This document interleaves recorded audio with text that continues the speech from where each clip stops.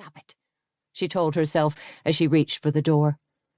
Her brain had a bizarre ability to remember every date and every detail of what happened each day from around the time of her 2nd birthday. It had served her well when she was a scholar, but there were things she wished she could forget. But she couldn't. Opening the door, Naomi was surprised to see an English man and a woman with an astounding shade of bright red hair on her porch, which needed painting. That chore was far down her to-do list while she was trying to oversee the house and the yard and the vegetable garden by herself.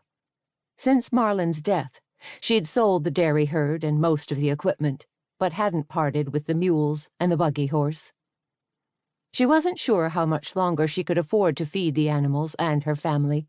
Waldo, the buggy horse, had joined the household only a month before the twins were born, but the mules, Fred and Ginger, had been with them for almost the whole time she'd been married to Marlin. 9 years, 11 months, 3 weeks, 4 days ago, her mind whispered. She didn't want to think about her upcoming wedding anniversary, the annual reminder of how stupid she'd been to believe Marlin's lies and accusations. She realized the Englishers were staring at her. No wonder. She was so lost in thought they must think she'd forgotten her manners. "Can I help you?" she asked, guessing they needed directions because they'd taken a wrong turn in the late May twilight. Neither the man nor the woman seemed to hear her. She realized they weren't looking at her. They stared beyond her at the living room, where her sons were scrambling over the furniture like a pair of chipmunks. Jared, the more daring, was trying to climb the couch. When she asked the question again, the man's eyes snapped back to her. They were as cold as a snake's. He looked down a long nose at her. He and the woman were much taller than her scant 5 feet. "Are you Naomi Ropp?" he asked in a raspy voice that suggested he must be a smoker. The odor coming off his light blue golf shirt and jeans confirmed it. She wanted to put her hand over her mouth and nose. The remnants of cigarette smoke made her chest tighten and caused paroxysms of coughs if she breathed them too long. However, she was so shocked that the Englisher knew her name. She choked out, "Yeah, I'm Naomi. Can I help you?" "I'm Cole Yeatman. This here is my sister, Leslie." "Are you lost?" Naomi glanced over her shoulder and discovered Jared had fallen into the couch's cushions, taking the quilt that covered it with him. Both little boys rolled about, convulsed with laughter, so she knew he hadn't been hurt. "No, I own this dump."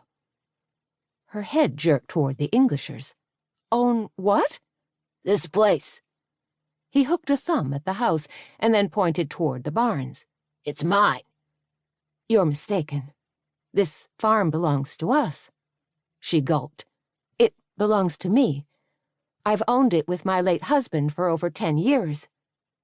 She silenced her mind as it started its recital of the exact date she and Marlin had signed the papers before their wedding.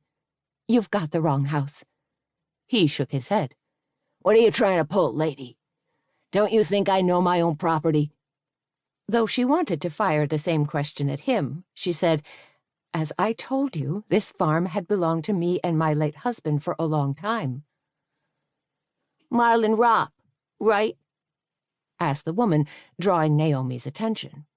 Naomi hadn't forgotten the woman was there. She didn't forget anything, no matter how hard she tried. Most especially, she couldn't forget mistakes, hers or her husband's. She'd tried with Marlin's infidelities. He hadn't been her first mistake.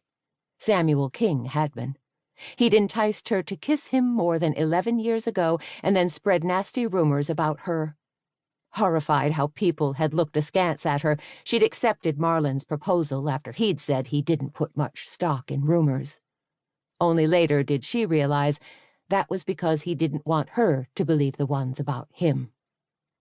Growing uneasy that these strangers seemed to know too much about her, and she'd never met them, she said, "Like I said, you've got the wrong house."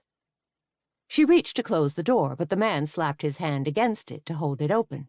"No, we've got the right house. Playing stupid won't get you anywhere."